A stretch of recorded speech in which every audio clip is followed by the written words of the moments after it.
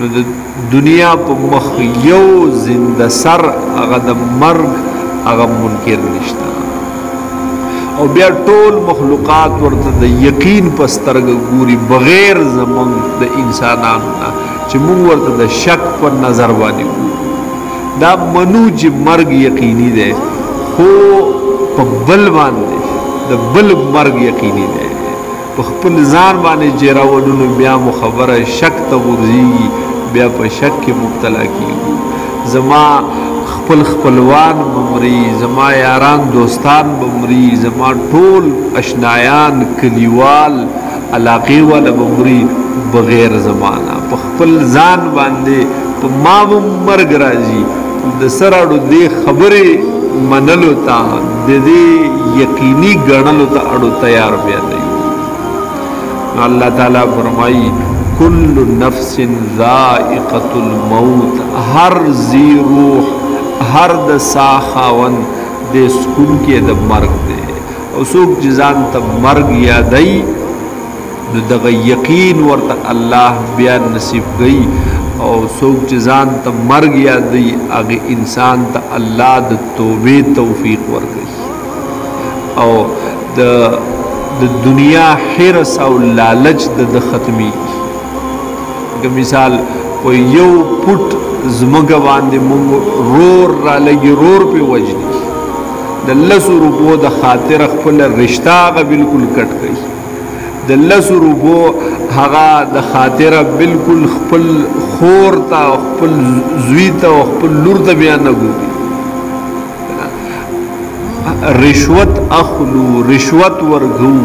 ناجایز سپارشی کو سودونه کو سودونه خرو دا ټول خرابای جرابګی دي مسله دا د جمون مرګ ته د یقین په نظر کتلی دي د یقین په نظر وګورو بیا بچری سوک رشوت نه اخلي چری به سوک بیا ملاوت نه کوي چری به سوک نشي بیا نه کوي چری به بیا سوک هغه د الله حکمونه منز او دس دا به بیا پریک دي نه او د شک په نظر ورته ګوري په خپل ځان چې راوړي نو زکه ورانی دي زکه خرابوي دي مختلفه محمود غزنوی رحمت الله علیه متعلق راضی چې د هغه کومه علاقې د بلال نیک بادشاہ تیر شوی خلق وی پښتانه وی چې د پښتنو حالان کې د پښتون نو د کوردیو د کورد قبیله سره د تعلق چې د کومه علاقې د لار نو التبا چرته علما بو نیکان صالحان بو دغه خواله مطلب او دعا ویتنه اغستلا یو علاقې ته لار تپوسه وکړو چې ورته په دې پلان کې جمعات کې یو بزرګ ناسي د لار دغه سره کې ناستلو بیا چې تیرا پاسې دلو ما د سن نصيحت وکړه دا ورته زبر سن نصيحت کوم وې را پاسه د خپل ځای د جمعات یو طرف تم کېړ کوي او بل طرف تم کېړ کوي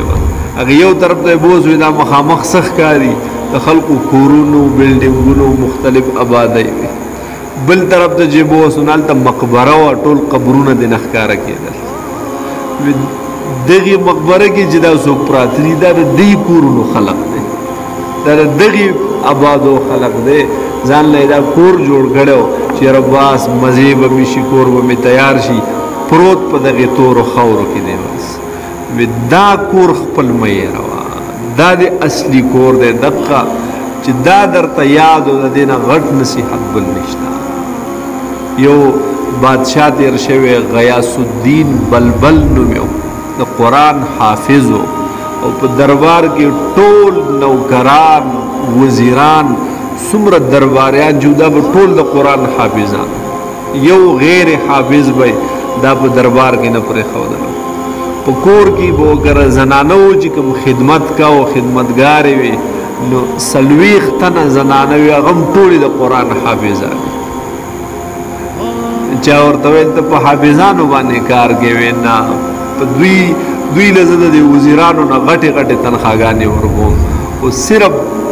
د دې د پاره مې دوی په دې دربار کې ساتلي چې دې کینیا کپاسي سکار کې نو مزانه د قران تلاوت کی او دا په ما باندې ډېر خوږ لګي او مخامخ به ځان ته خپل کفن دا به ځان ته په دربار کې زوړن ساتل کفن ځان لای کفن اغسته او اب ورته زوړنو اب لري کولو نه وی کله کله د بادشاہي د کرسي دا ډیره خطرناک ده کله را پکې نشه پیداږي چې بیا مې په دې کفن نظر ولګي نو هغه نشه مې وبشي هغه نشه مې د بادشاہي ختم شي نو